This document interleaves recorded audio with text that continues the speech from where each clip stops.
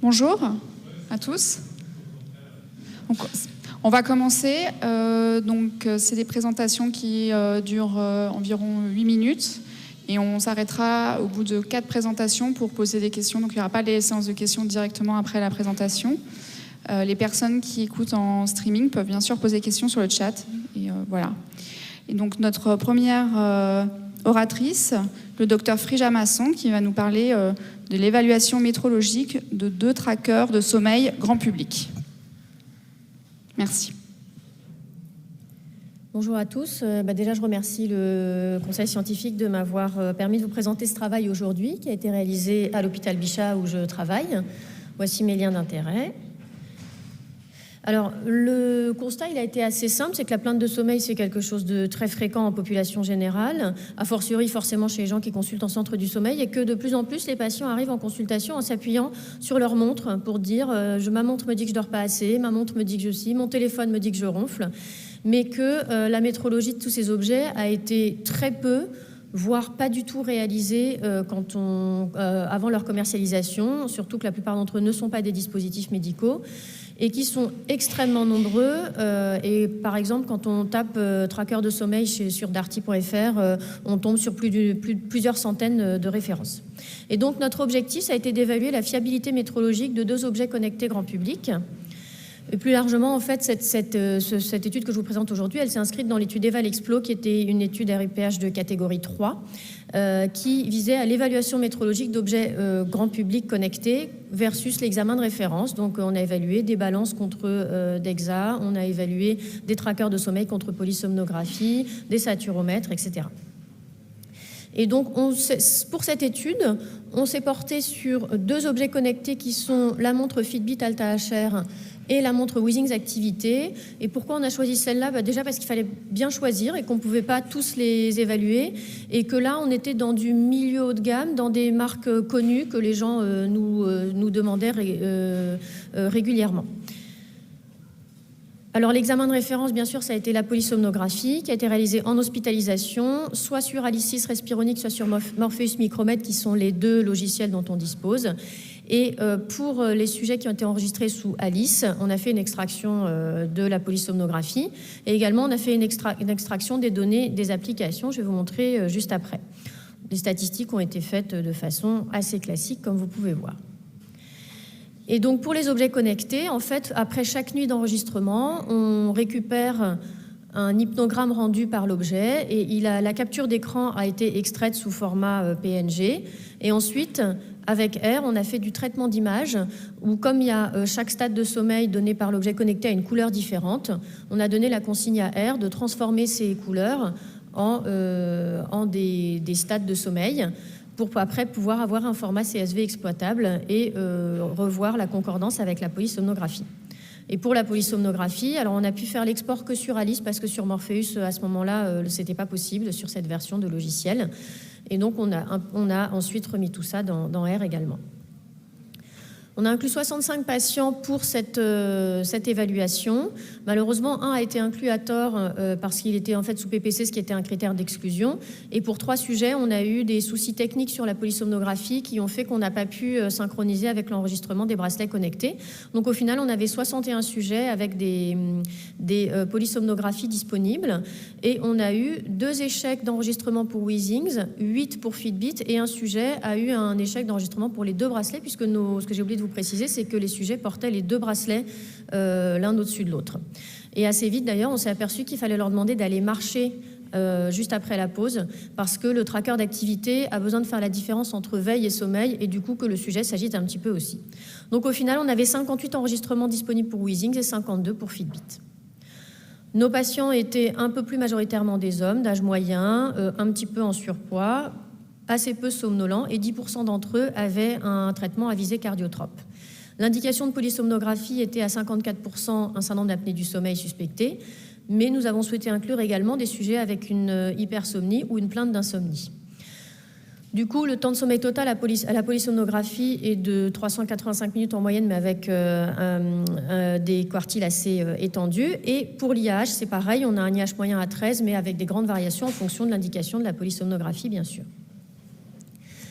Quand on regarde les erreurs faites par les dispositifs, on s'aperçoit que le début et la fin du sommeil ne sont pas trop mal vus. On a quelques minutes d'écart.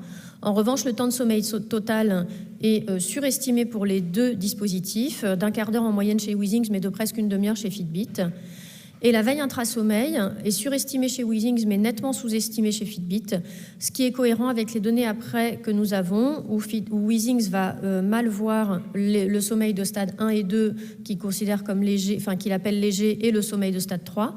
Withings ne voit pas sur cette montre-là le sommeil paradoxal, donc forcément ça va impacter les résultats. Et Fitbit, à l'inverse, qui sous-estime la veille intra-sommeil, va surestimer le sommeil léger, mais surtout le sommeil profond, ce qui du coup va être problématique avec des sujets qui ne vont pas comprendre pourquoi ils sont fatigués alors qu'en fait le N3 est insuffisant. Et à l'inverse pour Withings, des sujets qui arrivent en consultation en disant « ma montre me dit que je manque de sommeil profond ».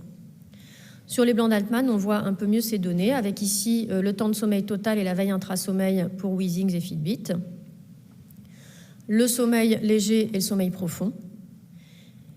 Et pour Fitbit uniquement, la durée du REM à gauche et la latence du REM, qui n'est pas très bien vue non plus à droite. Alors ça, c'est quand on regarde les données au global, mais ensuite, les extractions nous ont permis de faire une comparaison époque par époque sur 24 sujets, et ça représentait 169 heures d'enregistrement au total. Et en fait, on a une très mauvaise concordance. On le voit ici dans le tableau, mais c'est encore plus clair quand on regarde les coefficients de kappa, que ça soit pour l'ensemble des sujets, mais quelle que soit l'indication, pour les sujets qui ont un SAS, une insomnie ou une hypersomnie. Donc en gros, des coefficients de kappa comme ça veut dire que on ne fait pas tellement mieux que le hasard. Et donc, même si au global, c'est pas mauvais, l'architecture du sommeil n'est pas du tout bien vue. Et on peut très bien illustrer ça avec cet exemple d'un sujet qui a un sommeil très fragmenté en polysomnographie, que Withings ne détecte pas du tout. Et Fitbit va détecter un peu mieux la fragmentation, mais pas du tout correctement, ne détecte pas bien lors de passage dans le sommeil du sujet, et rajoute de la fragmentation en fin de nuit, alors que le sujet est enfin en sommeil paradoxal. Donc en pratique, nous, ce qu'on en a conclu, c'est que ces dispositifs étaient peu fiables chez les sujets avec une plainte de sommeil. Les forces de notre étude, c'est d'avoir utilisé la polysomnographie et pas la polygraphie en examen de référence, d'avoir un nombre assez important de patients pour une étude de validation métrologique, et en tout cas plus que ce qu'on trouve chez les fabricants, une étude prospective qui a été réalisée en autosaisine et pas à la demande des industriels, et une comparaison époque par époque qui n'est pas disponible dans toutes les études. Malheureusement, on s'est limité à 2 dispositifs seulement sur une nuit et avec des patients sélectionnés puisqu'ils consultaient en centre du sommeil. Quand on se compare à la littérature, il y a des données qui montrent que la balistocardiographie, qui est le processus qui est utilisé par ces trackers de sommeil, n'est pas très efficace pour détecter l'endormissement, donc c'est cohérent avec ce qu'on dit. Il y a des collègues qui avaient étudié 7 dispositifs et qui avaient montré effectivement que chez le sujet sain, on avait une très grande variabilité des résultats et de la fiabilité. Dans l'insomnie, il y a plusieurs études qui ont montré une mauvaise corrélation avec le temps de sommeil total et les stades de sommeil. Et dans le SAS, une étude espagnole a montré sur 2 trackers Fitbit différents une mauvaise concordance, y compris chez les sujets sous PPC et ayant un SAS corrigé. Mais ils ne faisaient pas d'études époque par époque, ils faisaient une étude globale. En conclusion, les objets connectés grand public ne peuvent pas et ne doivent pas être utilisés ni en suivi clinique ni en diagnostic. Notre étude souligne l'intérêt des études de validation métrologique à grande échelle sur des sujets avec une plainte de sommeil et versus polysomnographie. Et ça permettra à terme pour nous de nous approprier ces objets pour conseiller les patients, peut-être pas sur le meilleur, mais au moins sur le moins mauvais. Et on peut espérer que les dispositifs les plus récents seront plus performants, à la fois sur l'amélioration des capteurs, mais surtout sur l'amélioration de l'algorithme d'intelligence artificielle qui est utilisé derrière. Je vous remercie de votre attention.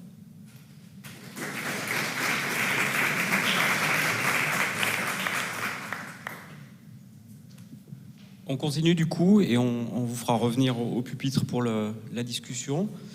On continue sur une présentation sur les performances d'un algorithme innovant dans la détection des apnées et des hypopnées du sommeil à partir de l'ECG nocturne. Bonjour à tous. Pauline Guyot, je suis ici pour vous présenter donc, les résultats d'une étude qui a été menée en collaboration avec le CHRU de Nancy, l'Université de Lorraine et la société Noviga. Mes liens d'intérêt, donc la société Noviga, puisque j'en suis cofondatrice et CEO. Pour vous donner un petit peu de contexte, c'est une entreprise qui a été créée à la suite de mes travaux de thèse que j'ai réalisés à l'Université de Lorraine. et durant laquelle j'ai développé une partie des algorithmes que je vais vous présenter aujourd'hui. Il est bien connu que les patients qui souffrent du syndrome d'apnée du sommeil ont un risque accru de développer certaines pathologies cardiaques, telles que l'hypertension artérielle, de l'insuffisance cardiaque, de l'arythmie, telle que de la fibrillation atriale, et des accidents cardiovasculaires. Il a également été prouvé que son traitement par PPC dans les formes sévères permettait de réduire ce risque cardiovasculaire. Et pourtant, on le sait également que la recherche de ce SAS reste encore insuffisante dans la population générale et également dans la population cardiologique, malgré tout ce que je viens de vous dire juste avant. L'idéal serait de pouvoir proposer un outil qui soit spécialement réalisé, imaginé pour la cardiologie, un outil qui soit utilisé au domicile du patient, qui soit peu invasif et confortable pour lui, et dont les performances diagnostiques, ça reprend un petit peu ce qu'on disait juste avant, soient proches des examens de polygraphie et de polysomnographie. Pour tenter de répondre à cette problématique, ici, on a décidé de s'intéresser aux performances d'un algorithme qui permet de détecter les apnées et les hypopnées du sommeil en utilisant simplement un enregistrement ECG nocturne. Très rapidement, je vais vous expliquer comment marche l'algorithme et ensuite je vais revenir à l'étude. Donc cet algorithme, il se décompose en 4 étapes successives. La première, c'est donc le débruitage du signal où on vient supprimer les bruits courants qu'on trouve sur un ECG. Vous avez ici un exemple avec la ligne de base. Ensuite, évidemment, on vient évaluer la qualité du signal. Pour détecter des événements, il faut que ce signal soit exploitable. Donc on va venir détecter et supprimer les instants où on a du décrochage d'électrodes, un signal saturé ou un signal trop bruité. Ensuite, pour améliorer les performances dans l'étape finale, on vient détecter et supprimer des moments d'arythmie cardiaque. Donc pour ce faire, on vient détecter les pics R, on vient ensuite caractériser morphologiquement les différents complexes QRS pour catégoriser chaque battement en normal ou anormal grâce à des critères classiques qui sont utilisés en cardiologie. La partie qui va le plus vous intéresser, donc le calcul de CTIH, il est réalisé en 2 étapes forcément. Le temps de sommeil, qui est calculé avec un réseau de neurones, un CNN, réseau de neurones convolutif, où nous, on vient simplement détecter éveil, sommeil, on ne rentre pas dans le détail des stades du sommeil. Et enfin, donc, la détection des apnées et des hypopnées qui sont calculées à partir de ce qu'on appelle des ECG Derived Respiration, qui sont donc des signaux qui sont corrélés à la respiration, qui sont extraits de l'électrocardiogramme. Ces différents signaux sont ensuite envoyés dans une méthode de clustering qui va mettre en évidence les moments anormaux qui sont détectés. Et ensuite, chacun de ces moments sont réanalysés morphologiquement pour les reclassifier en apnée, hypopnée ou bruit, s'ils sont arrivés jusque-là. Également, on est dans des méthodes de machine et de deep learning, donc il est très important de venir qualifier les résultats qui sont donnés grâce à un indice de confiance. Ici, on a décidé de faire une combinaison du temps total de sommeil et de la pertinence des résultats. Ce qui se cache derrière pertinence des résultats, c'est est-ce que ce que voit l'algorithme, est-ce que ça ressemble à ce que lui a appris ? Pour revenir sur l'étude, donc c'est une étude pilote, c'était une étude rétrospective. On a recruté des patients, on a récolté les polysomnographies de patients qui avaient été adressés au centre de recherche en médecine du sommeil du CHRU de Nancy sur suspicion d'apnée du sommeil. Notre objectif était d'inclure 120 patients avec l'idée d'équilibrer les différentes catégories de sévérité, moins de 15, 15-30 et supérieur à 30. Dans le protocole, tout simplement, on est venu récupérer le signal ECG de chaque polysomnographie, on l'a fait tourner l'algorithme dessus, et ces résultats, on est venu comparer aux résultats qu'on avait de la polysomnographie qui avait été lue et interprétée par un clinicien. Ce qui est important à voir dans cette slide et les diagrammes et les tableaux que je vous ai mis, c'est le N important d'exclusion. Le N égale 40, tout simplement parce qu'on s'est rendu compte que l'ECG, le signal ECG qu'on avait dans les polysomnographies était très souvent bruité et assez hétérogène en termes de positionnement d'électrodes, alors que nous, l'algorithme avait appris sur des enregistrements ECG Holter, typiquement D2. Donc pour rappel, je vous ai mis ici les performances qu'on trouve dans l'état de l'art des solutions type 3, type 4, donc type 3 polygraphie. Nous, on tombe dans le type 4 puisqu'on a l'acquisition d'un seul signal qui est l'ECG. Vous avez les biais moyens, limites d'agrément, sensibilité et spécificité. Donc en premier lieu, donc ici vous avez les résultats de l'étude sur le biais moyen. Donc comparaison de l'IAH entre la polysomnographie et l'algorithme.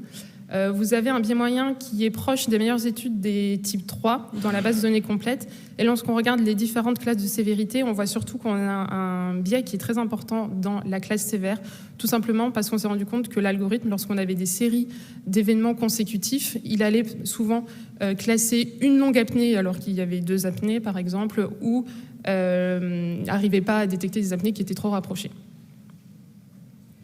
En termes de valeur de performance au seuil à 15, ici donc vous avez sensibilité, spécificité. On peut voir ce que je vous disais avant, on s'est retrouvé avec des morphologies des axes électriques qui étaient très variables selon le positionnement de l'électrone, donc la voie d'acquisition.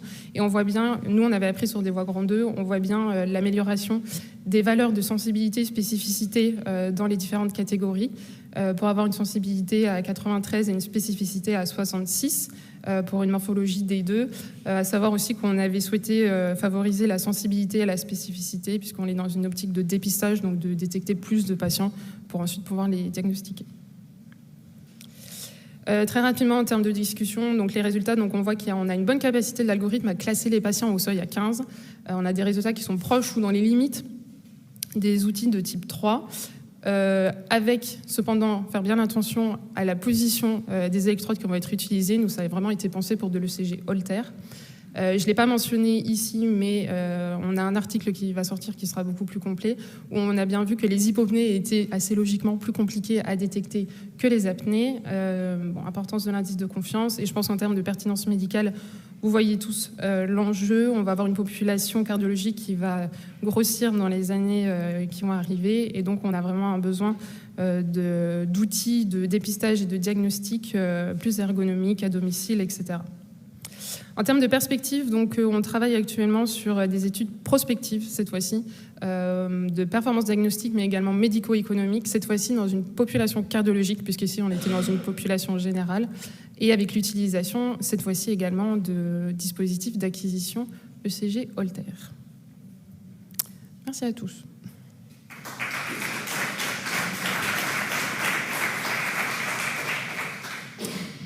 Alors, très bien, on enchaîne sur la présentation algorithme de cotation de PSG innovant, co-construction entre l'intelligence artificielle et l'expertise de spécialistes du sommeil, présentée par Monsieur Jubien.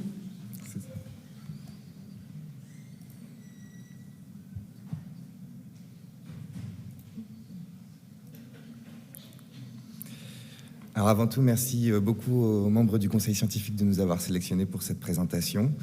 Et bonjour à toutes et à tous et bienvenue à la présentation sur la co-construction d'algorithmes de polysomnographie innovants grâce à un groupe d'experts de polysomnographie et de data scientists.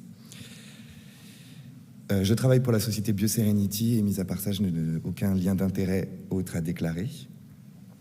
Je vais brièvement vous parler du contexte et ensuite vous détailler notre procédé pour le développement de nos algorithmes, que j'illustrerai avec un exemple, celui qu'on a mis en place pour notre classification des états du sommeil. Et enfin, je vous présenterai nos résultats obtenus sur cet exemple ainsi que sur d'autres algorithmes. Depuis plusieurs années, l'intelligence artificielle, elle est de plus en plus utilisée, notamment pour ce qui nous intéresse ici, la cotation d'algorithmes de polysomnographie. Et la performance de ces algorithmes, elle est en perpétuelle amélioration. Le travail pour un data scientist consiste bien souvent à sélectionner un modèle, à l'entraîner, à l'optimiser, puis à le tester, et enfin d'itérer sur plusieurs modèles pour trouver le meilleur. Cependant, pour faire ce travail, il nous faut bien souvent de plus en plus de données, et dans le cadre de la polysomnographie, l'une des limitations qui va apparaître, c'est la variabilité bien connue entre les annotateurs. On a donc choisi de revoir la manière dont on construit un algorithme en mettant en place un groupe de travail spécifique et en revoyant notre processus de développement. On a donc commencé par former une équipe pluridisciplinaire composée de 6 experts dans le domaine de la polysomnographie et d'un groupe de data scientists. Et notre objectif, c'est plutôt d'itérer sur plusieurs modèles. On a focalisé notre travail sur la compréhension des résultats d'un algorithme pour identifier précisément ses faiblesses et pouvoir, grâce à une succession de couches algorithmiques, combler une par une ses faiblesses. Voici l'exemple de notre classification des états du sommeil. On est parti d'un modèle préexistant qui s'appelle le modèle de Stanford and Stage. Et on a donné au groupe d'experts plusieurs tracés à noter automatiquement par cet algorithme. Et du côté des data scientists, on a analysé les performances de cet algorithme sur plusieurs bases de données, ce qui nous a permis de mettre en avant une première faiblesse de cet algorithme. C'est une sous-cotation des états N3 qui sont bien souvent confondus en N2. Vous avez ici l'hypnogramme sur un patient. En haut, c'est les annotations faites par les experts, et en dessous, c'est l'hypnogramme prédit par le modèle. Et vous avez en rouge les zones où on a mis en avant spécifiquement les moments où l'algorithme confond N2 et N3. En dessous, vous avez une matrice de confusion qui, pour une base de données, va comparer les annotations époque par époque entre les annotations de l'expert et les prédictions du modèle. Et on voit ici que le modèle, pour à peu près 380 époques, a prédit du N2, alors que c'était en réalité du N3.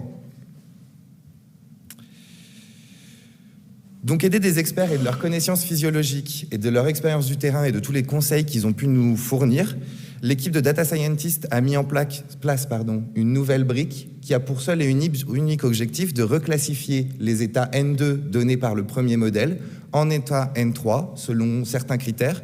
Là, ici, pour faire rapide, on va détecter les ondes delta, calculer le pourcentage d'ondes delta sur une époque de 30 secondes et comparer ce pourcentage à un seuil pour savoir si on reclassifie cette époque en N3 ou non. En termes de résultats, vous avez là-bas les performances sur une base de données du premier modèle seul, et en dessous, les performances avec la brique de reclassification. Et on peut tout de suite remarquer que la sensibilité de la détection à N3 a gagné 20%, et que globalement, notre détection pour tous les états du sommeil a augmenté.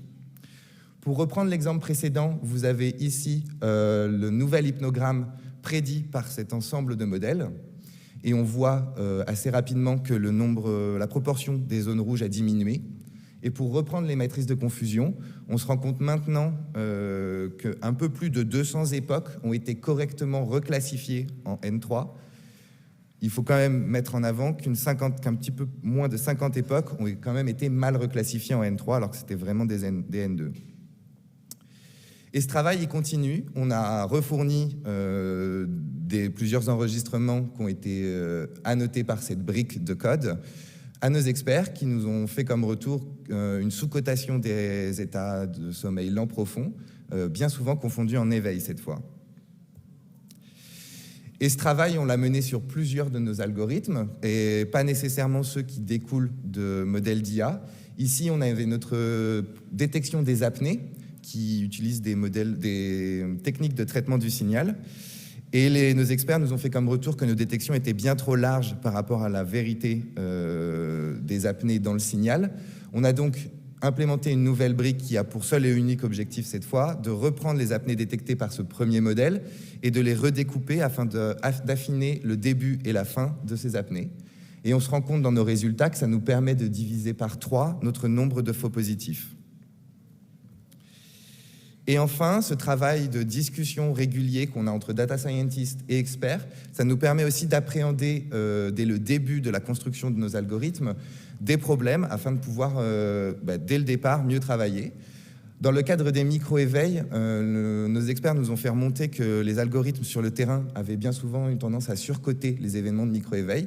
Donc on a travaillé en se focalisant principalement sur le taux de faux positifs. Je ne vous ai pas montré de résultats ici parce que ça va faire l'objet d'une présentation d'ici très peu de minutes.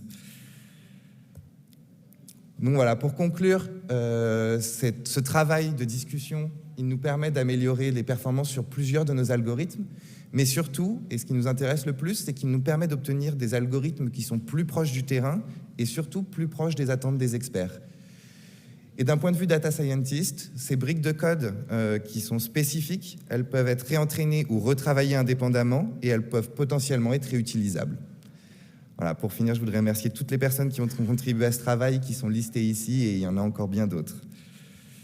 Merci de votre attention et je répondrai avec plaisir à vos questions.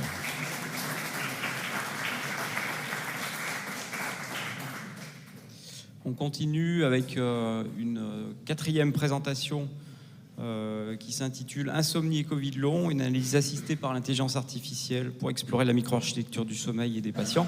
Et on vous demandera après votre présentation de rester et nos 3 collègues présentateurs viendront vous rejoindre.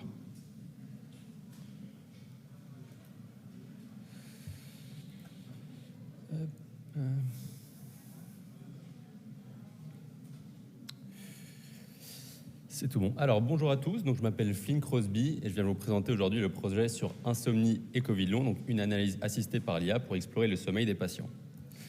Tout d'abord, je ne déclare aucun lien d'intérêt sur la période du projet. Près de 4 ans après le début de la pandémie, le Covid-19 reste un sujet d'actualité. Et bien que les chiffres de sa forme aiguë semblent indiquer une baisse, le Covid long reste très problématique, touchant près de 10% des infectés par le Covid-19. D'après l'enquête App Covid-19 réalisée par la Santé publique France en fin 2022, il est estimé que 4% de la population française adulte était touchée par le Covid long, soit plus de 2 millions de personnes qui pouvaient ressentir donc des effets sur leur vie quotidienne. Il est estimé par le COVAR, dans leur dernier rapport du 7 novembre 2023, qu'aujourd'hui, plusieurs centaines de milliers de Français sont encore affectés et nécessiteraient donc une prise en charge. Le Covid long se caractérise par une persistance ou un développement de nouveaux symptômes plus de 3 mois après l'infection initiale. Mais il faut savoir que cette durée va dépendre des symptômes et notamment de la gravité de cette infection. Avec les formes plus sévères, avec un besoin d'hospitalisation, les symptômes durent de 7 à 12 mois, alors que s'il n'y a pas d'hospitalisation, les symptômes durent de 3,6 à 4,6 mois. Malgré ces chiffres qui sont quand même assez alarmants, d'après le COVAR, la prise en charge est insatisfaisante. Une première explication par rapport à cela est notamment notre manque de connaissances encore aujourd'hui sur le Covid long et sur son origine. Et notamment, il y a un débat aujourd'hui sur le Covid long et si c'est un trouble organique ou somatoforme. Donc un trouble organique se distingue par des marqueurs physiques avérés qui témoignent donc d'une dégradation des organes et des systèmes, alors que chez un trouble somatoforme, ce sera plutôt les facteurs psychologiques, comme notamment la détresse psychologique et la résilience personnelle, qui va engendrer donc les symptômes. Le COVAR a répondu à cette question dans leur dernier rapport, en indiquant qu'il y aurait trop d'arguments en faveur d'une cause organique, mais que le facteur psychologique est tout de même à prendre en compte, notamment lors de la prise en charge. Une deuxième explication pour la difficulté de la prise en charge, c'est les plus de 200 symptômes qui sont associés au Covid long, dont les principaux sont la fatigue, les troubles neurocognitifs, cardiothoraciques, anxiodépressifs et de sommeil, dont l'insomnie qui toucherait 38% des personnes infectées par le Covid long. On peut se demander, face au questionnement qu'on a sur la nature de cette pathologie, s'il y a des marqueurs organiques au cours de la nuit ou si l'insomnie due au Covid long est équivalente à une insomnie chronique classique. C'est ce qu'a voulu étudier notre équipe au centre de sommeil de l'hôpital Hôtel-Dieu avec une première étude réalisée par Rouen et collaborateurs en 2023, où ils ont comparé donc 17 sujets Covid long qui présentaient des symptômes d'insomnie à 34 sujets contrôle qui présentaient donc une insomnie chronique classique. Et ils n'ont trouvé aucune différence macro-architecturelle, indiquant donc que cette insomnie serait équivalente. Notre objectif, c'était d'aller plus loin par rapport à ce projet, tout d'abord en enrichissant la base de données qui était existante, et aussi en utilisant l'intelligence artificielle pour approfondir nos analyses et répondre donc à la problématique. Y a-t-il des traits caractéristiques au niveau de l'EEG qui permettraient de différencier l'insomnie liée au Covid long à une insomnie chronique classique? On a donc augmenté notre jeu de données à 31 sujets Covid long qui présentaient à la fois un diagnostic d'insomnie d'après les critères DSM-5, mais aussi un diagnostic clinique de Covid long. Et donc pour chaque sujet Covid long, on a inclus 2 sujets témoins, amenant donc notre base de données à 93 sujets. Donc pour les sujets témoins, eux, ils présentaient donc un diagnostic d'insomnie chronique et étaient appariés pour l'âge, le sexe et l'IMC. Il faut savoir que, en moyenne, les symptômes d'insomnie apparaissaient 6,4 semaines après l'infection initiale, donc pour notre groupe Covid long. Alors, pour notre méthodologie par IA, donc on a procédé en plusieurs étapes. Donc tout d'abord, avec notre jeu de données, on l'a divisé en 2 groupes, donc une base de données d'apprentissage avec 92 sujets et une base de données test avec un seul sujet. Et donc tester notre modèle sur un sujet qui n'est pas dans la base de données d'apprentissage permet d'éviter certains biais. Ensuite, on a préparé donc, notre jeu de données avec donc, tous les tracés EEG qui étaient divisés en fenêtres de 30 secondes et ensuite mélangés aléatoirement. On a ensuite créé donc, utilisé donc, un modèle de génération de features donc, appelé Sleep Linear. Et c'est sur la base de ces caractéristiques de sommeil que notre modèle de classification va ensuite s'appuyer pour trouver des similarités, mais aussi des différences entre les sujets Covid long et les sujets témoins. On passe à la phase d'apprentissage. Donc, on a employé 3 classifieurs différents, donc Random Forest, SGT et CatBoost. Leur rôle, ça va être donc de classifier les différentes fenêtres en essayant de répondre à la question « Est-ce que cette fenêtre vient-elle d'un individu souffrant du Covid long ?» Une fois que l'apprentissage est terminé, on passe à la phase de test où donc ces différents classifieurs vont répondre à cette même question, mais cette fois-ci uniquement sur le nouveau sujet. Et ça nous permet de déterminer le score d'accuracy, donc allant de 0 à 1, qui est le ratio entre les bonnes réponses et le nombre total de réponses. Donc un score de 1 correspond à 100% de bonnes réponses, et un score de 0, forcément, c'est aucune bonne réponse.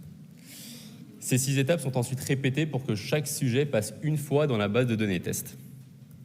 Et ça nous permet donc de déterminer l'accuracy générale pour le modèle en faisant donc la moyenne de tous les scores qu'on aura obtenus jusque-là. Alors, on a tout d'abord fait des statistiques traditionnelles pour voir s'il y avait des différences, donc notamment avec la latence d'endormissement, le temps d'éveil après endormissement et le pourcentage de temps passé dans chaque stade. Et on n'a vu aucune différence entre les deux groupes, appuyant donc les résultats de Rouen et collaborateurs. Ensuite, avec notre approche par machine learning, on a eu donc nos meilleurs résultats avec le classifieur Random Forest, donc avec un accuracy de 0,572, soit 57% de bonnes réponses, ce qui démontre donc la difficulté de la tâche avec une forte variabilité entre les sujets, certains que notre modèle détectait très bien, d'autres où il avait beaucoup plus de difficultés. On a ensuite fait cette même tâche donc, de classification, mais cette fois-ci en séparant les fenêtres par stade de sommeil pour voir si le Covid long avait un impact spécifique sur un stade. Et on peut voir que les performances de notre modèle ont été améliorées, donc avec en N3 une accuracy de 0,599 et dans le stade REM de 0,611, soit 61% de bonnes réponses. Ce qui signifierait qu'il y aurait donc plus de marqueurs du Covid long dans ces deux stades. Et donc le N3 et le REM seraient particulièrement touchés par le Covid long. On peut expliquer cela déjà par la symptomatologie du Covid long, avec le REM et le N3 qui jouent un rôle particulier dans les fonctions cognitives, la mémoire, la régulation émotionnelle ou encore la récupération. Et donc nos premiers résultats tendent vers une explication organique du Covid long qui permettrait de différencier l'EEG d'une insomnie liée au Covid long à une insomnie chronique classique. Je voudrais remercier donc toute l'équipe Pandoria qui a travaillé sur ce projet et merci à vous pour votre écoute.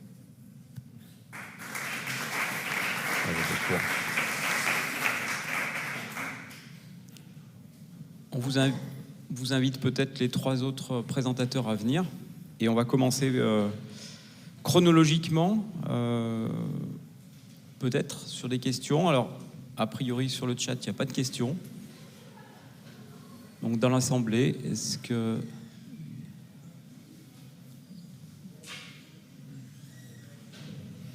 sinon, sur d'autres présentations, alors sur les autres présentations, allez-y peut-être.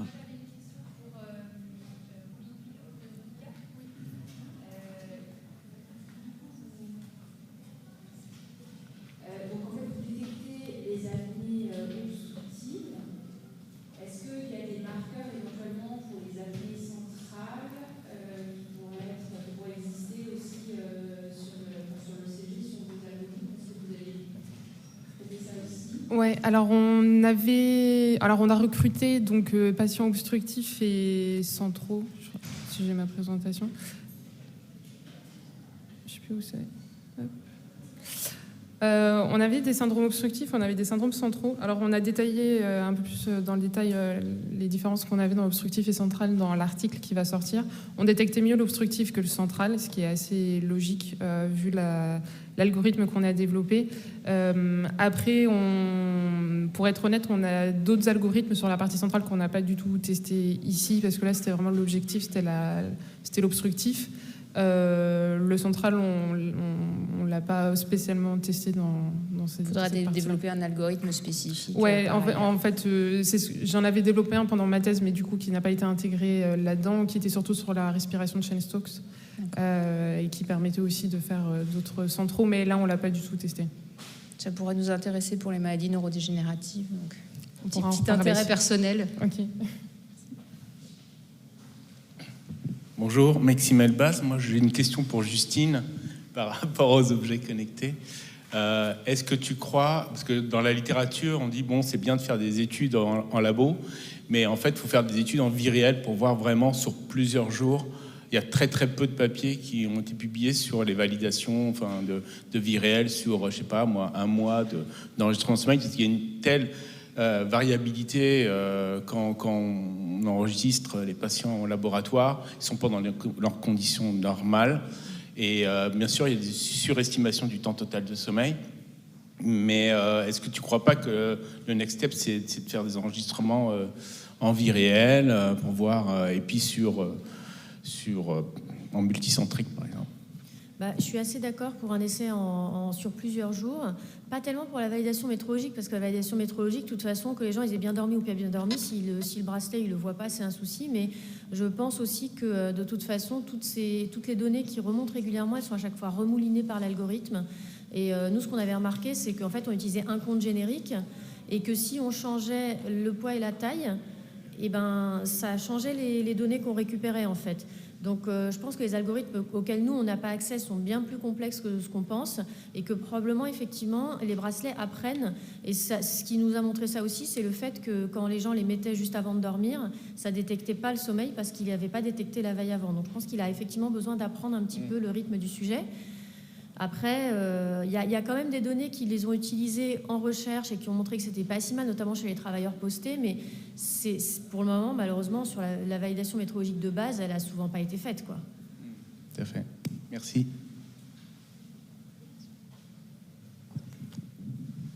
Je peux, une question toujours sur votre algorithme de dépistage des apnées du sommeil. Il y a quand même un grand nombre de tracés pour lesquels vous n'avez pas de diagnostic à apporter ou de probabilité de diagnostic. Oui, c'est ça, parce que c'est ce que j'expliquais en fait. En polysomnographie, souvent le CG est posé plus pour, si je ne me trompe pas, pour détecter la fréquence cardiaque qui peut être servie pour l'EEG. Et effectivement, en fait, on a eu beaucoup de bruit. Et en fait, nous, il nous faut quand même un signal ECG qui soit exploitable. Et c'était un peu le but aussi de cette étude pilote, c'était de voir un peu les points d'intention pour nos études futures. Et typiquement, on a vu qu'on avait un drop-out qui était assez élevé. Et donc, dans les polysomnographies qu'on devrait réaliser dans nos prochaines études, on aurait aussi un drop-out ou en tout cas une attention particulière à apporter sur la pose de l'ECG. Dans le cadre des validations cliniques, parce qu'après l'outil est visé vraiment pour l'ECG Holter, qui lui est positionné normalement de façon optimale. Et vous avez des fréquences d'échantillonnage sur l'ECG minimales, on va dire, pour avoir quelque chose de fiable sur ça? Normalement, nous, au moins 250 Hz. Est-ce qu'il y a encore des questions? Une question dans la salle? Les caractéristiques du sommeil, finalement, du Covid long, insomniaque et non insomniaque, est-ce que c'est pas plus d'aller dans l'analyse spectrale EEG pure que dans la classification comme ça? C'est un choix qu'on a fait, donc de rester plutôt sur la polysomnographie. Aussi, on avait une problématique par rapport au nombre de données qu'on avait, qui est quand même assez restreint pour une analyse par IA. Du coup, on a fait ce choix-là et on l'a amené jusqu'au bout. Après, à la fin, tu conclus qu'il y a que c'est organique parce qu'il y a une différence sur la N3RM. On peut se dire quand même que dans des pathologies psychiatriques, tu peux avoir des différences sur Bien ce sûr. genre de stade. Donc, Ouais, je ne sais pas si on peut vraiment... C'est une problématique qu'on a, c'est que déjà, avec l'IA, ça peut être parfois difficile de savoir exactement c'est quoi du coup les causes du score et ce qui a fait que le score a été amélioré. Et aussi, c'était un peu dans nos objectifs d'essayer d'inclure aussi des caractéristiques cliniques et notamment d'autres symptômes qu'on avait pour les patients Covid long, mais on s'en est pas encore occupé. Mais c'est peut-être une perspective qu'on va faire.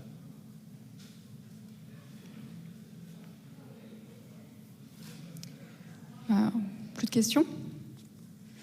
Très bien, nous sommes dans les temps, donc nous allons continuer avec merci au présentateur.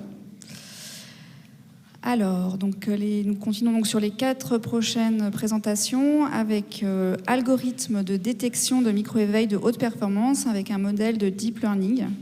Donc c'est Monsieur Ramouni. Mais il n'a pas pu venir du coup. Ah, c'est moi qui d'accord. parle.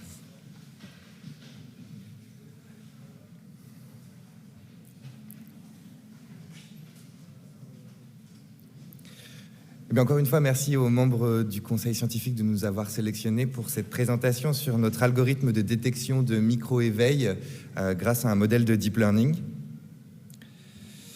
Donc, comme tout à l'heure, je travaille pour BioSerenity, mais je n'ai aucun autre lien d'intérêt à déclarer. Après une courte introduction, je vais commencer par vous présenter notre base de données et ensuite la préparation de ces données que nous avons utilisées pour développer notre algorithme. Dont je vous parlerai après du modèle de l'entraînement et des résultats que nous avons obtenus. Les micro-éveils sont définis comme un changement brusque des fréquences de l'électroencéphalogramme, particulièrement visible dans les bandes alpha, θ et ou bêta, d'une durée de 3 à 15 secondes. Et on note aussi qu'un micro-éveil doit être accompagné d'une augmentation de l'amplitude de l'EMG mentonnier lors du stade REM. On a observé que sur le marché, les algorithmes de cotation automatique existants ont bien souvent tendance à donner un trop grand nombre de faux positifs, obligeant souvent les annotateurs à devoir tout supprimer et réannoter manuellement. On a donc choisi de mettre en place un modèle de deep learning performant, notamment en limitant le nombre de faux positifs. Pour ce travail, on a commencé par regrouper 162 enregistrements d'adultes de 3 bases de données différentes, qu'elles soient internes ou publiques. Et on a séparé cette base de données en 2 groupes, le groupe d'entraînement et le groupe de validation, selon une répartition 80-20. Et on a particulièrement fait attention à ce que nos 2 bases de données soient le plus équivalentes possible, notamment en termes de représentation homme-femme et d'âge, comme vous le voyez ici, mais aussi en termes de BMI et de AHI. Et au vu de la définition des micro-éveils précédentes et de certaines contraintes dues aux bases de données qu'on a choisi d'utiliser, on a sélectionné comme signal d'entrée pour notre modèle 2 canaux EEG qui sont C3 et C4, un canal d'EMG mentonnier et un canal d'EOG. La première étape, ça a été la préparation des données. Et pour ce faire, autour de chaque annotation de micro-éveil, on a pris une fenêtre de 120 secondes aléatoirement autour de ce micro-éveil, en respectant un minimum de 10 secondes avant le début de l'annotation. Ce qui nous a permis de faire varier la durée de la période de pré-événement et ainsi d'exposer le modèle à différentes stabilités du sommeil lors de son entraînement. Et pour chaque fenêtre extraite autour d'un micro-éveil, on a pris une fenêtre de 120 secondes aléatoirement dans le signal pendant une phase de sommeil. Pour parer à un éventuel manque de données pour notre entraînement, on a aussi appliqué des techniques d'augmentation qui sont listées ici, afin de pouvoir agrandir artificiellement notre base de données, ce qui nous a permis de pouvoir passer d'à peu près 4000 fenêtres de micro-éveil à un peu moins de 40 000 fenêtres de micro-éveil. Pour l'algorithme, on a choisi d'utiliser un modèle de CRNN, donc Convolutional Recurrent Neural Network, qu'on a construit grâce à la bibliothèque de TensorFlow. L'idée générale, c'est qu'on a un premier bloc de CNN qui va concevoir automatiquement un ensemble de métriques temporelles qui vont décrire les signaux EOG, EEG et EMG, pré-traités par fenêtre de 1 seconde. Ces métriques sont ensuite transmises à une couche LSTM, qui est une couche de Recurrent Neural Network, et enfin une couche de Fully Connected. Et la prédiction du modèle, elle est comparée à un vecteur cible de 0 et de 1. 0 si pendant la seconde qu'on regarde, on n'a pas de micro-éveil, et 1 dans le cas où on a une présence de micro-éveil. Pour accélérer les calculs, on a choisi de travailler par époque de 20 000 fenêtres. Et au départ, on avait un peu plus d'1 million de paramètres pour ce modèle. C'est pour ça qu'on a commencé par augmenter la taille de notre base de données d'entraînement. Et en fonction de coût, on a choisi la binary focal cross-entropy pour des raisons de déséquilibre entre nos classes. À la fin, on obtient un modèle qui, pour 1 heure de signal, va pouvoir faire la détection des micro-éveils en approximativement 35 secondes. Et afin d'accélérer tous les calculs, on a déployé notre entraînement sur une infrastructure SageMaker de AWS. Et les hyperparamètres de notre modèle ont été optimisés grâce à l'entraînement d'une centaine de modèles avec la métrique d'air sur la courbe. Pour les résultats, vous les voyez ici sur notre base de données. La première chose qu'on peut dire, c'est qu'ils sont à peu près équivalents, que ce soit pour l'entraînement et pour la validation, ce qui nous permet de dire que notre modèle n'a pas surapprenti. Et si on se compare à des performances revendiquées par un concurrent sur le marché, on voit que notre sensibilité est sensiblement équivalente. Par contre, notre spécificité, donc la capacité à ne pas déclarer de micro-éveil alors qu'il n'y en a pas, est grandement meilleure. Vous avez ici un exemple avec les signaux qu'on utilise pour notre modèle. En bas, vous avez des annotations de 3 annotateurs différents. Et au milieu, vous avez la prédiction de l'algorithme. Et on va déclarer un micro-éveil quand la prédiction est supérieure à 0,5 de probabilité. Pour conclure, l'algorithme qu'on a développé, il a une sensibilité un tout petit peu meilleure, mais son grand point fort, c'est de pouvoir diminuer le nombre de faux positifs, environ 2,5 fois moins. Et c'est le premier travail qu'on a mené sur les détections de micro-éveil. Du coup, on a plein de pistes potentielles d'amélioration. La première, c'est ce que je vous ai présenté tout à l'heure, c'est de pouvoir boucler avec nos experts pour mieux comprendre quels sont les micro-éveils qu'on loupe et puis pourquoi on en détecte certains qui n'en sont pas. On peut aussi faire varier un petit peu le modèle, introduire de nouvelles métriques plutôt fréquentielles cette fois, et pourquoi pas utiliser de la variation de l'ECG, puisqu'on a vu que de temps en temps, les micro-éveils étaient accompagnés d'une variation de la fréquence cardiaque. Et la meilleure des options, ce serait de pouvoir la réentraîner sur notre modèle sur une plus grande base de données sans avoir à faire l'augmentation, parce que ça comporte certaines limitations, et ce qui permettra de mieux appréhender les variations physiologiques d'un patient à l'autre. Voilà, un grand merci à toutes les personnes qui ont contribué à ce travail, et merci à vous de votre attention.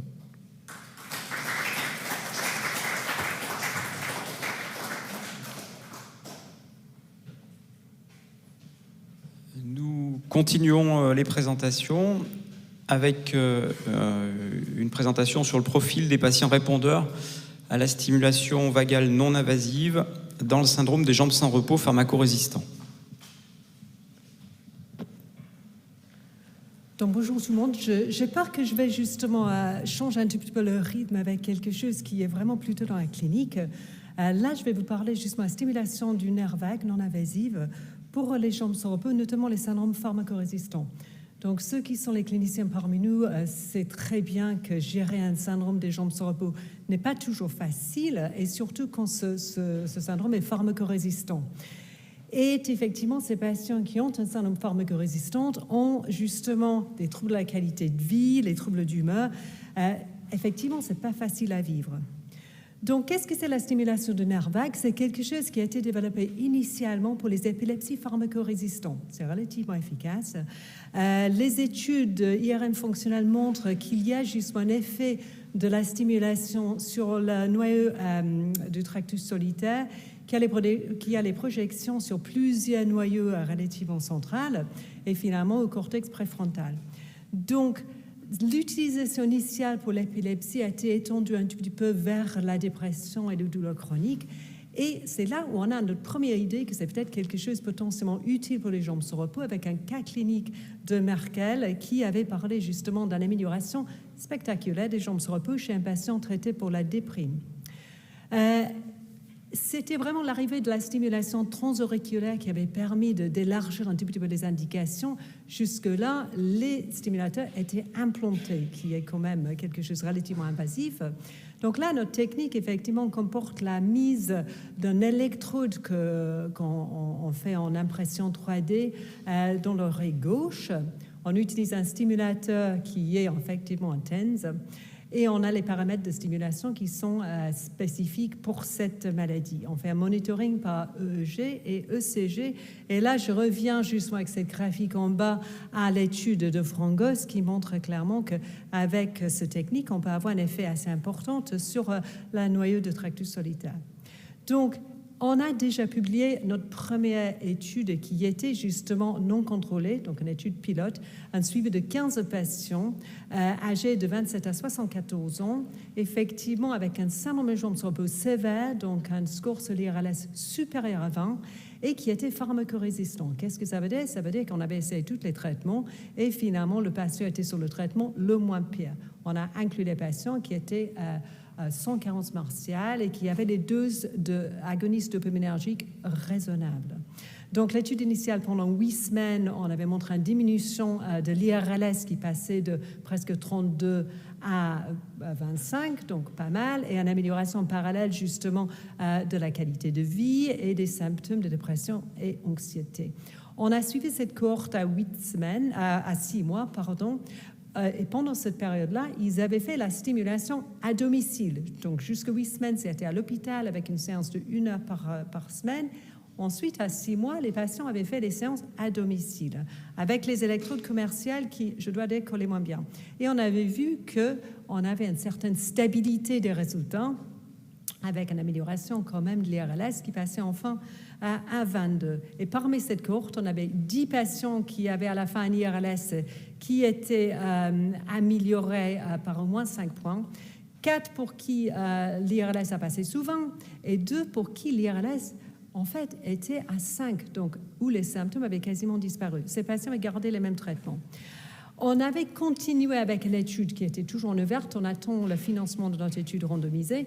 On a continué à inclure les patients. On avait inclus 74 patients là maintenant dans cette cohorte sous une étude de douleur chronique. 51 remplissent les critères initiaux, c'est-à-dire pharmacorésistantes, sans carence martiale, etc. 58% sont des hommes d'âge moyenne 64 ans, donc c'est à peu près comme la première groupe.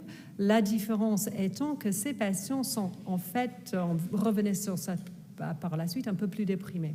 L'IRLS initial dans cette population était de 31 et on voit une amélioration dans cette cohorte plus grande qui est très semblable à notre étude initiale. Donc effectivement, un IRLS qui passe de 31 à 25. On a étudié par la suite les répondeurs. On a 58% qui peuvent être considérés comme répondeurs, ça veut dire qu'ils ont une amélioration de l'IRLS qui est de plus que 5 ou un IRLS qui est à moins 20 à la séance 8. Et qu'est-ce qu'on voit? Je n'ai pas dit, mais effectivement, on a les scores de dépression et d'anxiété qui étaient significativement plus importantes par rapport avec l'étude initiale. Donc, les patients qui avaient les symptômes dépressifs avec un HADD qui était à 10 plutôt que 5 pour la première étude et de l'anxiété qui était également plus élevée. Et on avait vu, là je vous mets les chiffres en bas, cette amélioration importante de l'IRLS, de la qualité de vie, une amélioration aussi de l'anxiété et de la dépression. Donc, quid des répondeurs? Est-ce qu'on peut définir en fait parmi cette groupe les patients qui sont susceptibles à répondre? L'analyse bivariée a pointé que l'âge, l'IRLS initial et l'évolution des symptômes dépressifs semble-t-il important. On avait fait un modèle mixte où on avait ajusté pour le sexe, l'âge, etc. Et on avait confirmé le rôle effectivement de l'âge, de l'IRLS initial. Donc, plus que la patient est jeune, plus qu'il est sensible de répondre. Plus que l'IRLS est élevé, plus qu'il peut répondre.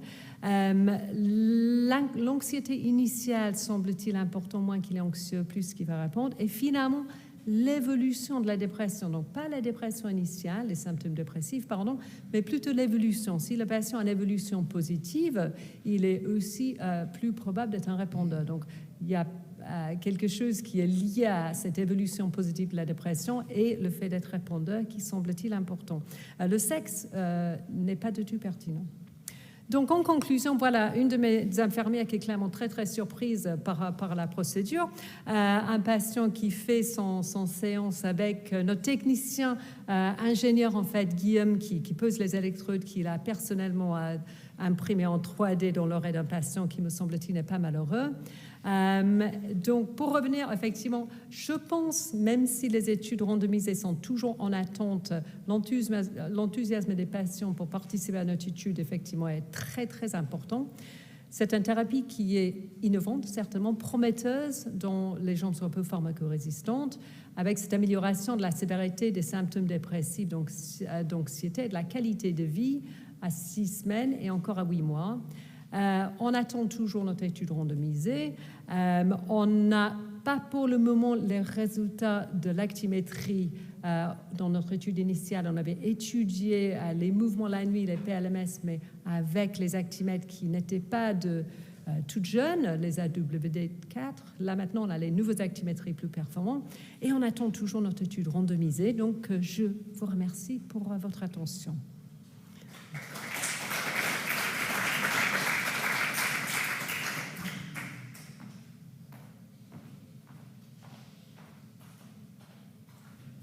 On continue avec l'intérêt de la variabilité de fréquence cardiaque pour prédire la phénoconversion dans les troubles du comportement en sommeil paradoxal isolé.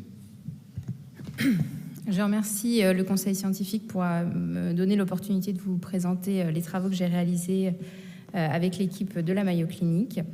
L'objectif, c'était d'étudier si la variabilité de la fréquence cardiaque permettait la prédiction du risque de conversion.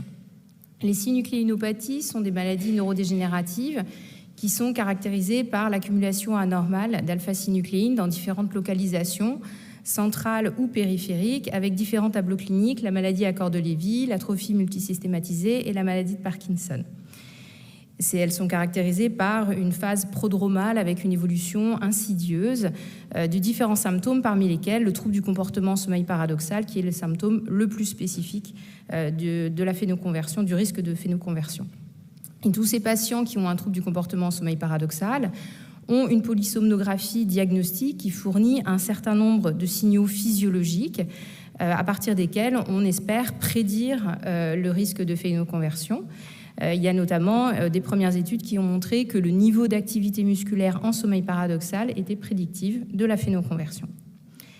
Dans une étude préliminaire, nous avons réalisé une étude de la variabilité de la fréquence cardiaque dans 5 populations.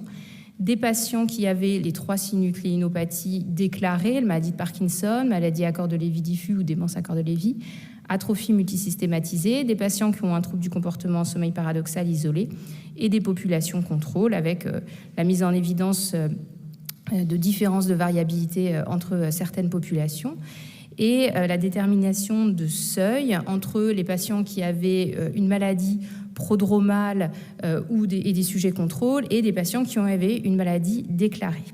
Nous avons donc voulu tester ces seuils dans une population indépendante de patients ayant un trouble du comportement sommeil paradoxal isolé. Nous sommes basés sur une population qui avait déjà fait l'objet d'une publication quant à l'activité musculaire en sommeil paradoxal. Donc il y avait 60 patients avec un trouble du comportement sommeil paradoxal isolé. Ils avaient eu une polysomnographie diagnostique entre 2008 et 2013. Ils avaient un suivi supérieur à 3 ans.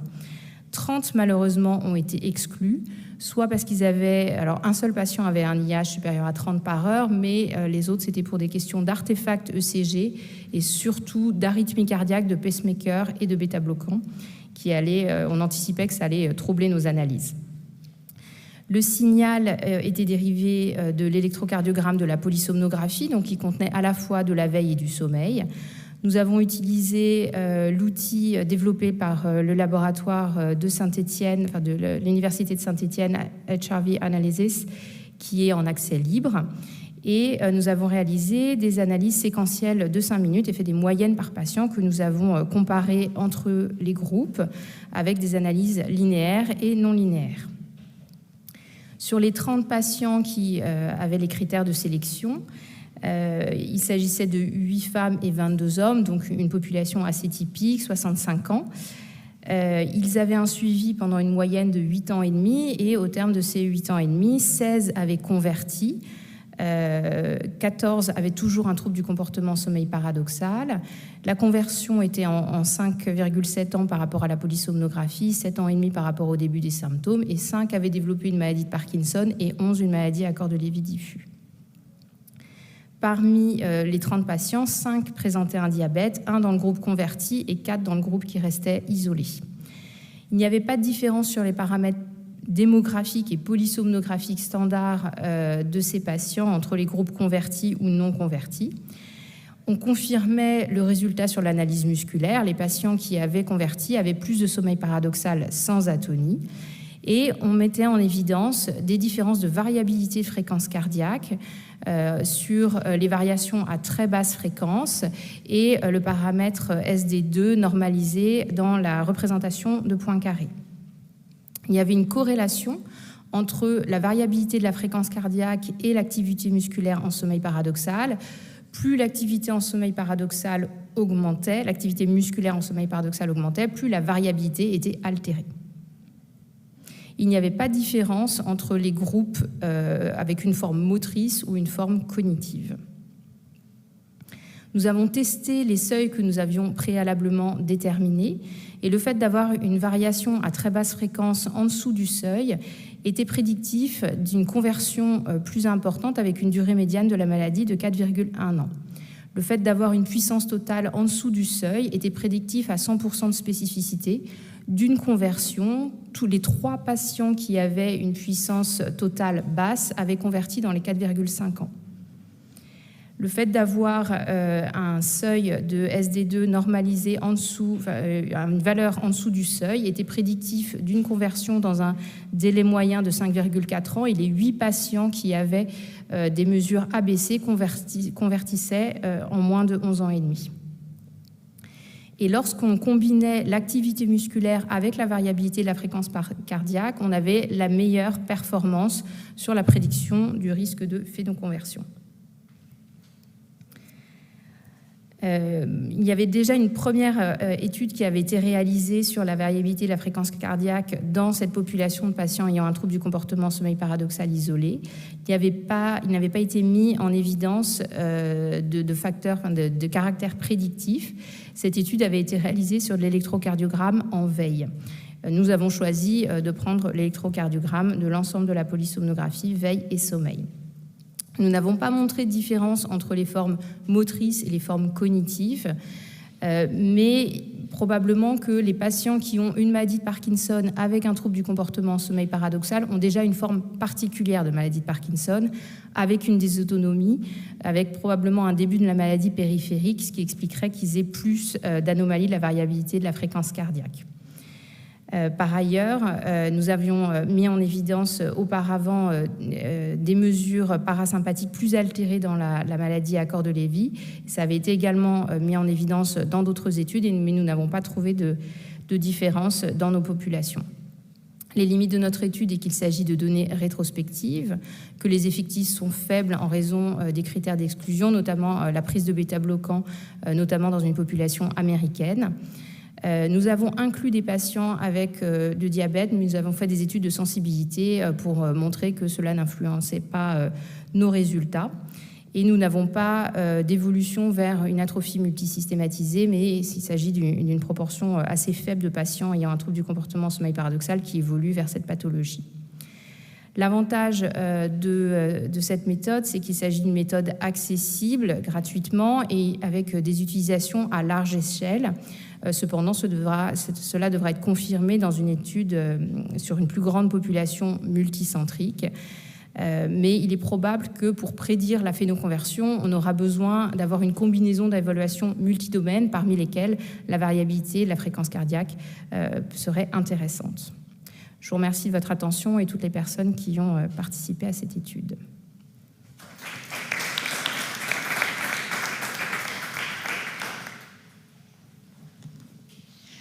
Et donc on enchaîne sur la dernière présentation, analyse des variations du photoplethysmogramme de pouls et distribution de l'indice de réactivité sur les enregistrements polysomnographiques, présenté par Monsieur Cugy. Et donc ensuite on enchaînera sur les questions. Merci beaucoup. Permettez-moi de vous remercier de m'avoir permis de participer à cette réunion. Donc c'est un retour vers le passé d'un clinicien. Puisque le photopléthysmogramme de pouls fait partie des enregistrements polysomnographiques, on l'a avec la saturométrie. Et il faut faire un petit retour, un petit clin d'œil au passé, puisque c'est quelque chose qui a été mis en évidence, des variations d'absorption spectrale en rapport avec la circulation, ça date de 1876, que ça a été très fortement développé dans les contextes des guerres et de préparation de guerre, en 1934 et 1939 par l'Allemagne. Ça aboutit à la fabrication des premiers avions pressurisés, le Fokker 191. Puis après, les Américains, une fois que les scientifiques allemands ont quitté l'Allemagne, sont partis aux États-Unis, eh bien, ils ont mis leur science au service de sociétés comme Hewlett-Packard, qui a contribué à développer les premiers bombardiers pressurisés avec le B-29. Et puis, dans la guerre, qui sont les guerres commerciales et industrielles, en 1972, Takeo Aoyagi a inventé l'oxymètre rouge infrarouge que nous utilisons tous aujourd'hui en routine. Ça, c'est vraiment pour poser le contexte. Et les méthodes étaient toutes des méthodes plus ou moins similaires avec des dispositifs intégrés qui mesuraient dans un premier temps au niveau de l'oreille. Et puis, dans les suites de Takao Yaogagi, on débouche sur des oxymètres comme le petit nonin que vous avez en bas, oxymètre de 2006, qui est tout petit. Donc on a miniaturisé de façon assez exceptionnelle en l'espace de 40 ans et rendu accessible au plus grand nombre, si vous voulez, ces techniques. Et j'ai mis une référence de base si vous voulez vous intéresser à la saturométrie qu'on trouve dans le journal d'anesthésie de 2021 avec les références. Alors, quand on fait de la médecine du sommeil, il y a des enregistrements routines. Ce que l'on voit, c'est ce que je vous ai montré sur cette diapositive, sur la partie de gauche des apnées du sommeil. Et on voit des magnifiques apnées obstructives avec des reprises respiratoires. Et sur la diapositive de droite, c'est un syndrome des mouvements périodiques du sommeil. Et quand on regarde le signal de photoplétismographie qui est en bas, on voit bien les épisodes pendant lesquels il y a une contraction des petits vaisseaux qui donnent cette variation d'amplitude qui se voit de façon particulièrement nette sur ces diapositives lors des reprises respiratoires, d'une part, et puis d'autre part, lors des activités motrices des mouvements périodiques. Donc cet indicateur n'est absolument pas spécifique des apnées du sommeil. C'est c'est un élément qui est associé à des événements qui surviennent pendant le sommeil, qu'ils soient moteurs ou respiratoires, c'est un point important. Alors, qu'est-ce qu'on a fait ? Eh bien, on s'est intéressé à analyser cette variation du photoplétismogramme de pouls avec des techniques très conventionnelles qui ne font pas du tout appel à l'intelligence artificielle, dans lesquelles on fait d'abord une extraction, on mesure l'enveloppe, et puis on va mesurer de façon relativement simple et basique les chutes de cette amplitude. C'est un signal qui est très propre, qui marche très bien, sur lesquels il n'y a pas de souci en routine clinique, sur plus de 5300 enregistrements. C'est quelque chose qui fonctionne bien. Donc on calcule à partir d'une ligne de base de l'amplitude moyenne et puis on mesure les drops. Alors, je vous ai montré ici l'effet de l'algorithme avec détection. C'est ce qui est en orange ici sur le diapositive. Donc la détection qu'on voit qui est très, très, très nette. Et puis il y a des petites réponses qui sont là. En fonction, et vous avez en dessous la saturométrie. Voilà. Donc alors après, on s'est intéressé à analyser cet index qu'on calcule, c'est l'index de réactivité de l'onde de pouls par rapport à la population et au stade de sommeil. Et vous avez ici une présentation qui a été faite. Donc vous avez sur la partie de gauche pour les différents stades de sommeil et en fonction de l'âge pour les populations masculines et féminines la réponse. Et ce que l'on voit qui est tout à fait intéressant, c'est que sur la partie de gauche, cela concerne donc le petit paquet de gauche ici, ça concerne le lien avec le sommeil superficiel, ici avec le sommeil profond et le sommeil paradoxal. C'est qu'il y a des variabilités et des réponses qui varient beaucoup en fonction du sexe et de l'âge, et qu'elles ne sont pas du tout les mêmes en sommeil paradoxal, en sommeil lent et en sommeil superficiel. Donc, grosso modo, le niveau de réactivité est supérieur en sommeil superficiel qu'en sommeil lent, et il est encore plus supérieur en sommeil paradoxal que par rapport aux autres stades, sauf qu'en sommeil paradoxal, on a une très grande différence en fonction de l'âge, les plus vieux ayant une réactivité moindre que les plus jeunes. Voilà, donc on a un effet de l'âge qui est extrêmement important et ça explique aussi pourquoi, et je l'ai entendu tout à l'heure, on prenait en compte l'âge, la taille, le poids, un certain nombre de paramètres dans les analyses par intelligence artificielle. Alors, je me suis aussi intéressé, avant de terminer, à cet index et la relation avec l'hypertension artérielle, puisque la base de données intègre non seulement les polysomnographies, mais aussi toutes les caractéristiques staturopondérales, les biologies qui ont été faites au moment de l'enregistrement, les mesures de tension et un certain nombre de paramètres cliniques. Et je vous ai présenté sur cette partie de gauche une évolution de cet index en fonction des types d'hypertension mesurés chez ces patients. Et on a une catégorisation des hypertensions qui a été faite par donc un comité américain qui nous permet de classer la tension artérielle en optimale, normale, subnormale, etc. Et ce que l'on voit, et ça aussi c'est intéressant et ça recoupe les résultats qui ont été présentés avec un complément sur le sexe, c'est qu'il n'y a pas de variabilité ou d'éléments importants chez les personnes de sexe féminin. Par contre, cela concerne les personnes de sexe masculin. que les personnes qui sont jeunes et qui n'ont pas d'hypertension ont un index supérieur et que celles qui ont un index inférieur sont plus souvent associées à des phénomènes hypertensifs. Alors tout ça c'est validé et donc en conclusion, qu'est-ce que je veux dire? C'est que simplement cette réactivité du photoplétismogramme de pouls est un paramètre extrêmement simple et facile à mesurer. C'est un biomarqueur qui est fiable, qui est à même de contribuer à déterminer le risque cardiovasculaire en clinique pour le genre masculin. Donc ce qu'on va voir, c'est que si cet index est relativement faible, que ça va contribuer probablement à déterminer le risque. Cette existence d'un effet sexe significatif nécessite de poursuivre les recherches sur d'autres facteurs prédictifs qui seront adaptés au genre féminin. Voilà. Je vous en remercie.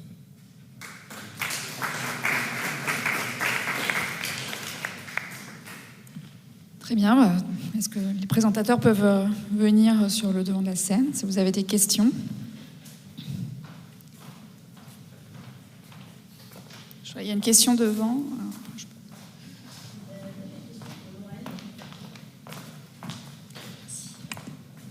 Merci. Moi, j'ai une question pour Lorraine. Enfin, j'ai deux questions d'ailleurs. Déjà, c'était super. Merci beaucoup.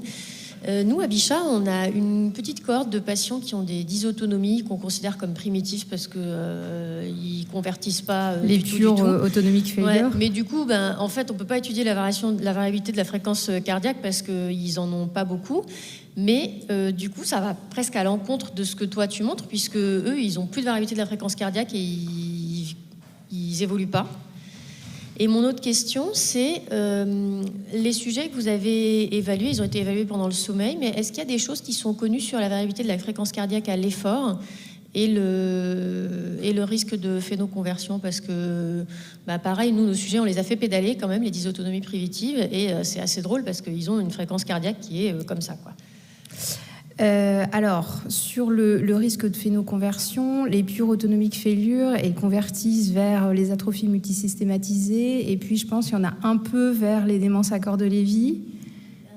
Nous, on en a qui sont depuis 20 ans. Ou qui restent comme ça. Ouais, qui restent comme ça. Voilà. Et du coup, c'est effectivement remis en cause. Et donc, bon. Disons, je ne sais pas, la conversion elle est peut-être de 40%. Alors après, c'est vrai que nous, finalement, en fait, la première étude où on avait comparé les trois populations, c'était surtout les maladies à corps de Lévy diffus et les atrophies multisystématisées qui avaient de la dysautonomie.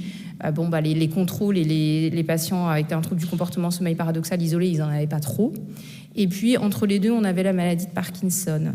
Donc après, il y a le côté un peu gradient progressif qui permet peut-être d'être prédictif, mais parce qu'il y a quelque chose de gradient très progressif, et en fait ceux qui ont une atrophie multisystématisée, ils ont des valeurs beaucoup plus basses que les autres. Alors peut-être que ceux qui ont le pure autonomique failure, ils ont juste la partie dysautonomique très très altérée et ils n'ont pas la diffusion.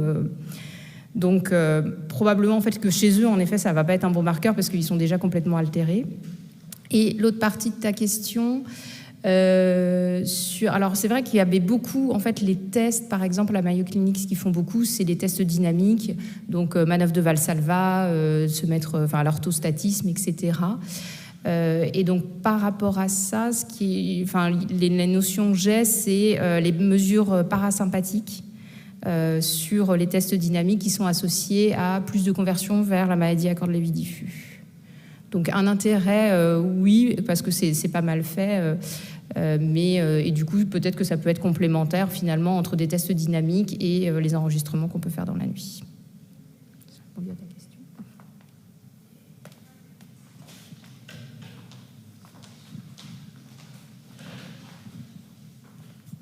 J'avais une question pour Didier Cugy, en fait, sur les réponses vasculaires. Tu expliques qu'il y a une différence entre les hommes et les femmes, mais est-ce qu'il y a une différence entre les femmes avant et après la ménopause? J'entends pas très bien, est-ce que tu peux répéter? Je disais, tu as montré une différence entre les hommes et les femmes pour la réactivité vasculaire. Est-ce qu'il y a une différence chez les femmes entre avant et après la ménopause? Alors je pourrais le faire, puisque j'ai une base de données qui me permet de le faire, et je ne l'ai pas fait. Voilà. Donc on voit qu'il y a un effet âge qui est très net sur le sommeil paradoxal. Je crois même que je peux revenir, parce que peut-être qu'on pourrait avoir une réponse partielle à ça, sur cette dernière diapositive de mémoire, ici. Ah non, j'ai pas l'âge dessus. J'ai pas l'âge, je l'ai ici, sur la précédente. effectivement, là-dessus, j'ai une petite différence avant le groupe 65-80. Il y a une petite différence ici entre le... Voilà, on voit qu'effectivement, ça se rejoint à partir de 65 ans et que l'écart est plus important chez les moins de 35 ans. Il diminue un petit peu chez les 35-50. Et puis sur les 55-65, il devient plus bas. Donc il y a effectivement une différence sur ce paramètre-là. D'ailleurs, on le voit aussi sur tous les autres paramètres. Quand on regarde aussi bien concernant le sommeil superficiel que le sommeil lent profond que le sommeil paradoxal, on le retrouve. Donc on a la réponse dans le graphique. Je n'avais pas imaginé que cette question, mais voilà, donc on a la réponse.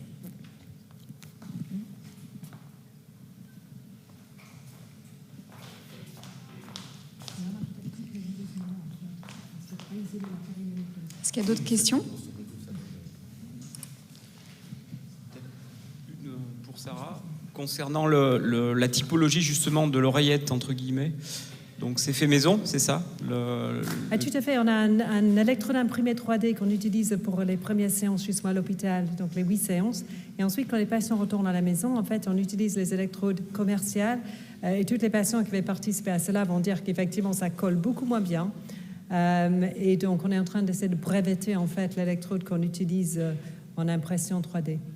Donc, un petit commentaire en fait qui pourrait expliquer peut-être pourquoi on voit une stabilité entre la semaine 8 et 6 mois. C'est peut-être aussi parce que l'efficacité de la stimulation est moins bonne. Oui, parce qu'on ne sait pas trop la durée finalement par rapport au changement de texture du capteur sur une période comme ça. On utilise exactement le même stimulateur, mais l'électrode est clairement moins bien. Les patients le disent eux-mêmes, quoi. Donc, il n'y a pas d'effet secondaire local non plus? Vous n'avez pas noté? Non, on n'a pas d'effet secondaire local. Et on a, en fait, la stimulation est très, très bien tolérée, en fait. J'ai un patient, et je le dis tout fraîche parce que c'est un patient qui m'a fait un retour, en fait, par email la semaine dernière, qui avait justement une arythmie cardiaque qui précédemment n'était pas présent. Et donc, il a arrêté les séances sur le conseil de son cardiologue. Donc là, sur les 74, j'ai un pour qui ça a posé problème. On fait aussi les séances, mais avec les paramètres un peu différents pour aller dans les troubles des douleurs chroniques et les maladies inflammatoires. Donc, et vous faites une titration? On a une titration, on fait une titration de 2 milliampères jusqu'à 7, selon justement le ressenti du patient. Donc, on augmente l'intensité toujours sous le seuil de douleur, en fait. Et les patients disent qu'il y a une espèce de picotement dans l'oreille, donc ils savent très bien quand ça marche et quand ça ne marche pas. Plutôt le soir? Vous leur indiquez un moment dans la journée? Non, le problème pour nos patients, c'est que je vous rappelle qu'ils ont un certain nombre de jambes pharmacorésistantes et très sévères. Donc la plupart, c'est impossible qu'ils s'allongent le soir. Donc en fait, on fait les séances d'1 heure au dernier moment où il peut justement s'allonger raisonnablement pendant 1 heure, parce que c'est beaucoup, enfin c'est pas très facile à faire quand on est ambulante. Donc c'est typiquement, on a plein de choses qu'on ne sait pas. On ne sait pas justement quelle fréquence serait idéale. On pense qu'on a les bons paramètres. On ne sait pas le moment de la journée qui est vraiment propice, parce qu'il y a tellement de choses à étudier et on a justement les indices d'évaluation des jambes sur repos voilà, on est en train de crier un tout petit peu les mesures d'activité motrice qui nous permettent de suivre ça. Merci. J'ai éventuellement une question pour Lorraine. Donc la première, j'en ai deux en fait, c'est sur la définition de la conversion que tu utilises. Ça c'est parce que ça m'intéresse à titre ouais, là comme c'était des données rétrospectives, c'était sur le suivi. En gros, c'est quand le médecin, le neurologue qui suivait le patient. D'accord. Donc là, c'était c'était pas du prospectif, donc c'est pas hyper défini. Enfin, c'est pas sur une échelle UPDRS ou sur une MOCA. Parce que d'expérience, on les voit qui commencent à se convertir, ils se plaignent pas et on sait pas toujours quand poser. Il y a la préconversion qui pose un peu question. Ouais, voilà. Et la deuxième chose, je pense que tu l'as évoqué, mais est-ce que les différences de variabilité, mais en fonction des stades de sommeil, finalement entre le SP, vous avez étudié ça pour la conversion? Alors j'ai regardé. Vous avez pris tout départ. Ouais, en fait j'ai fait plusieurs étapes un peu pour regarder les données. Donc au départ j'ai fait ça, de regarder entre les stades. C'était pas très concluant et en plus on avait des problèmes parce qu'on avait des logiciels différents. Et les logiciels ont tendance à faire soit sauter les époques, soit rajouter des zéros. Donc après, c'était pas précis finalement entre le scorage et les logiciels. Enfin, c'était assez compliqué. Donc j'ai trouvé que c'était un peu trop hasardeux finalement. Et puis de toute façon, ça marchait pas vraiment très bien. Et c'était hyper prenant en temps finalement. Donc voilà, j'avais essayé ça au départ, mais j'ai pas trouvé ça très intéressant, donc j'ai pas poursuivi dans cette voie-là. Et aussi, si on veut faire des grosses populations, c'est vrai qu'il faut faire du traitement automatique, et si on passe déjà 2 heures par patient, ça va être ingérable, donc c'est aussi ça l'intérêt.